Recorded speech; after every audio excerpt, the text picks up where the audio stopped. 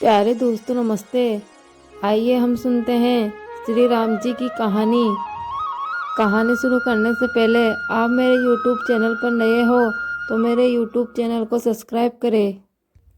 सदियों पहले की बात है, एक बार समस्त श्रेष्ठ गण और विद्वान पंडित और ऋषि मुनि के लिए एक सभा आयोजित होती है।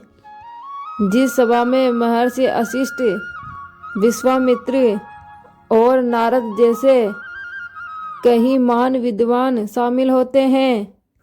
वो आपस में इस बात पर चर्चा करते हैं कि भगवान राम का नाम स्वयं राम के अस्तित्व से बड़ा है। उसी सभा में भगवान श्री राम के परम भगत हनुमान जी भी मौजूद होते हैं। हनुमान जी उन सभी की बातों को बड़े गौर से सुन रहे थे। तभी नारद जी हनुमान जी की तरफ देखते हैं और मन ही मन में सोचते हैं, राम का नाम स्वयं राम के नाम के अस्तित्व से बड़ा है और इस बात को तो मैं सिद्ध करके ही रहूँगा। और ऐसे बातें करते करते कुछ ही देर में सभा का समापन होता है।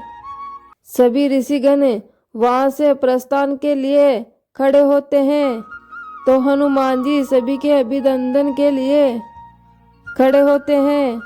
तो नारद जी हनुमान जी के पास आते हैं और उनसे कहते हैं, नारायण नारायण।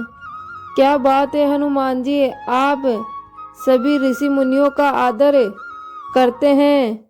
जैसे ही सभा समाप्त हुई आप उनके अभिनंदन के लिए खड़े हो गए, पर एक बात आपको अजीब नहीं लगती?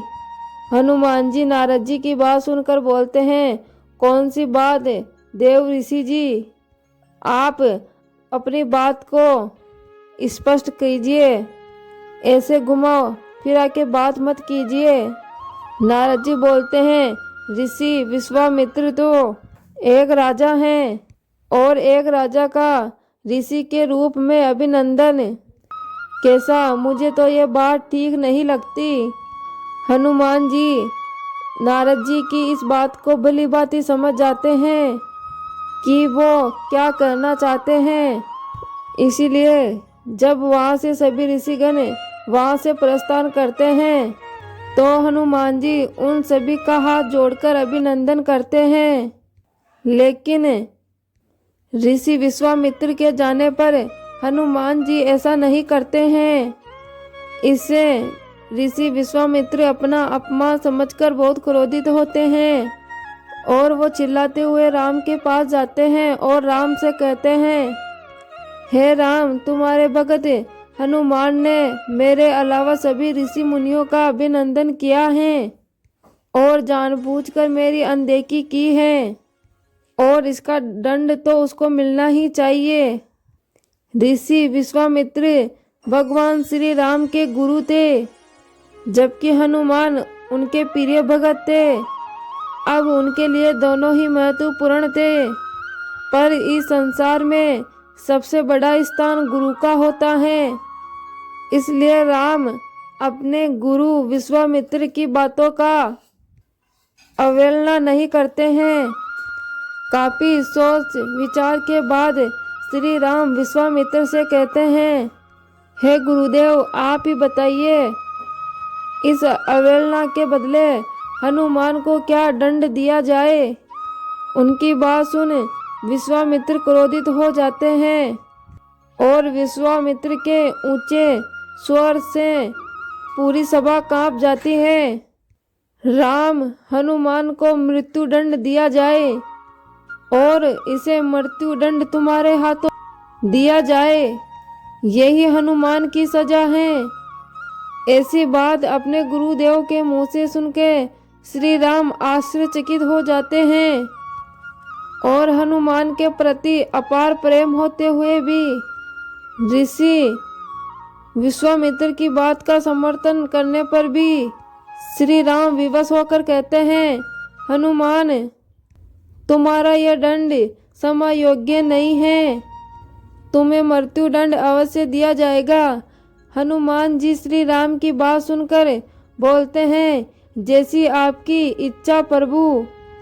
आपके हाथों से मुझे मृत्यु मिलेगी, ये तो मेरा बड़ा ही सौभाग्य होगा। श्री राम अपने गुरु की बात का मान रखने के लिए हनुमान को मृत्युदंड देने के लिए तैयार हो जाते हैं और हनुमान जी बहुत दुखी हो जाते हैं। तभी नारद जी उनके पास आकर बोलते हैं, नारायण नारायण। राम भगत हनुमान, मेरी बात मानो तो राम नाम में लीन हो जाओ। हो सकता है उनके नाम में लीन होने से इस स्थिति में परिवर्तन हो जाए।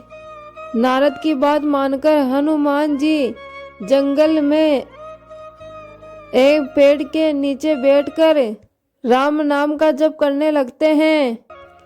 जय श्री राम, जय श्री राम, जय श्री राम, जय श्री राम, जय श्री राम। हनुमान राम नाम में विलीन हो जाते हैं और उधर राम हनुमान को मृत्युदंड देने के लिए वहां उपस्थित होते हैं। विधि का विधान भी कितना अजीब है। जो अपार स्नेह का भाग्य है, आज उसी को मृत्युदंड देने को विवश हूँ।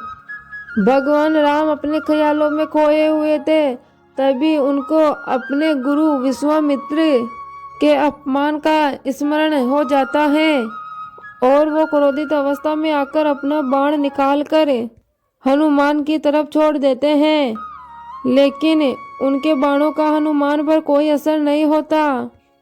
श्री राम बोलते हैं, ये कैसी विडंबना है, मेरे सभी बाण ऐसे खाली ही क्यों जा रहे हैं। हनुमान अपनी आंखें बंद करके लगातार राम नाम का जाप कर रहा था। राम अपनी हर शक्तिशाली शक्तियों का प्रयोग करके थक जाते हैं, किंतु वो हनुमान का बाल भी बांका नहीं कर पाते हैं। श्री राम आश्चर्यचकित होकर कहते हैं, कुछ भी हो हनुमान, लेकिन तुझे मृत्युदंड तो मिलकर ही रहेगा। मेरे गुरु को दिए वचन का पालन तो मुझे करना ही होगा। इतना कहते ही राम अपना ब्रह्मास्त्र निकालते हैं और उसका प्रयोग करने लगते हैं। वो जैसे ही ब्रह्मास्त्र का प्रयोग करते हैं तो तीनों लोकों में हाहाकार मच जाता है। जमीन से ज्वालामुखी टूट पड़ती हैं और सागर में ऊंची ऊंची लहरें उठने लगती हैं। पर्वत गिरने लगते हैं, जंगल में आग लग जाती है। जीव जंतु प्राणी सभी अपनी जान बचाने के लिए उधर उधर भटकने लगते हैं, किंतु राम नाम में लीन हनुमान अभी भी राम नाम के जप में लीन ही रहते हैं। उन पर ब्रह्मास्त्र भी बेहस्त्र रहता है। राम नाम का जप हनुमान के लिए सुरक्षा कवच बन जाता है। इतने में प्रलय और राम नाम की शक्ति देखकर नारद जी विश्वामित्र के पास जाते हैं और उन्हें सारी सच्चाई बता देते हैं और फिर विश्वामित्र राम को अपने वचन से मुक्त कर देते हैं और नारद जी ये सिद्ध करने में सफल हो जाते हैं कि राम नाम की शक्ति स्वयं राम के अस्तित्व से भी कहीं गुना बड़ी है। तो प्यारे दोस्तों, ये थी श्री राम जी की अनोखी कहानी। आपको कैसी लगी कमेंट बॉक्स में कमेंट करके ज़रूर बताएं।